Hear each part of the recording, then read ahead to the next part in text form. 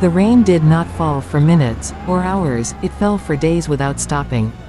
The skies opened like they had never done before, and the earth itself began to break apart. There was a man, his family, and a massive ark floating in what had become a world of judgment. Everyone else had ignored the warning. Everyone else had laughed. But now, the sound of rain had become the sound of no return.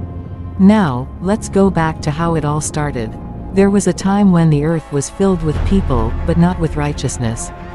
Violence had spread everywhere. Corruption had become normal. The hearts of men were filled with evil thoughts continually. What was once good had become twisted, and what was once pure had been forgotten. But in the middle of all that darkness, there was one man who was different. His name was Noah. Noah walked with God. While others lived carelessly, Noah chose obedience. While the world rejected God, Noah listened. And because of that, God decided to do something that had never been done before. God spoke to Noah and told him that a great flood was coming, a flood that would wipe out everything on the earth. But God also made a way of escape. He gave Noah a strange instruction, to build an ark. Not a small boat, but a massive structure. I will do as you have commanded. It didn't make sense. There had never been rain like that before. There had never been a flood like that before.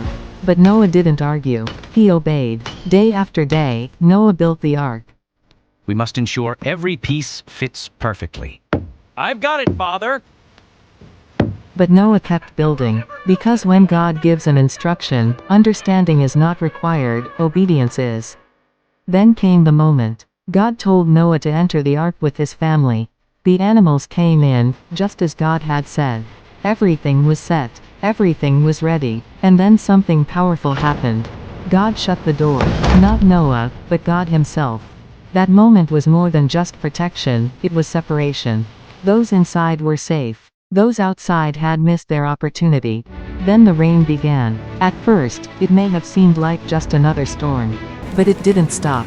The rain kept falling. We can't hold on!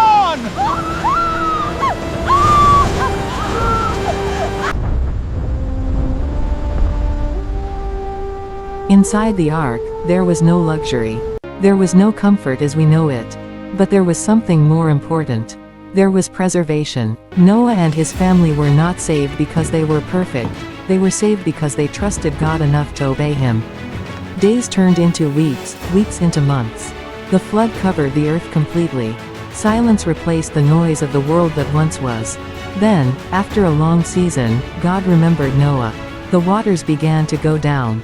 The ark rested. Life slowly began again. When Noah stepped out, the first thing he did was not to build a house, not to celebrate survival.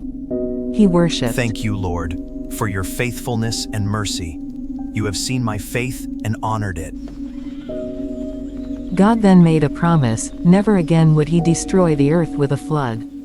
And he placed a sign in the sky, a rainbow, as a reminder of his covenant. But beyond the rainbow, beyond the ark, beyond the flood, there is a deeper message. God always warns before he judges.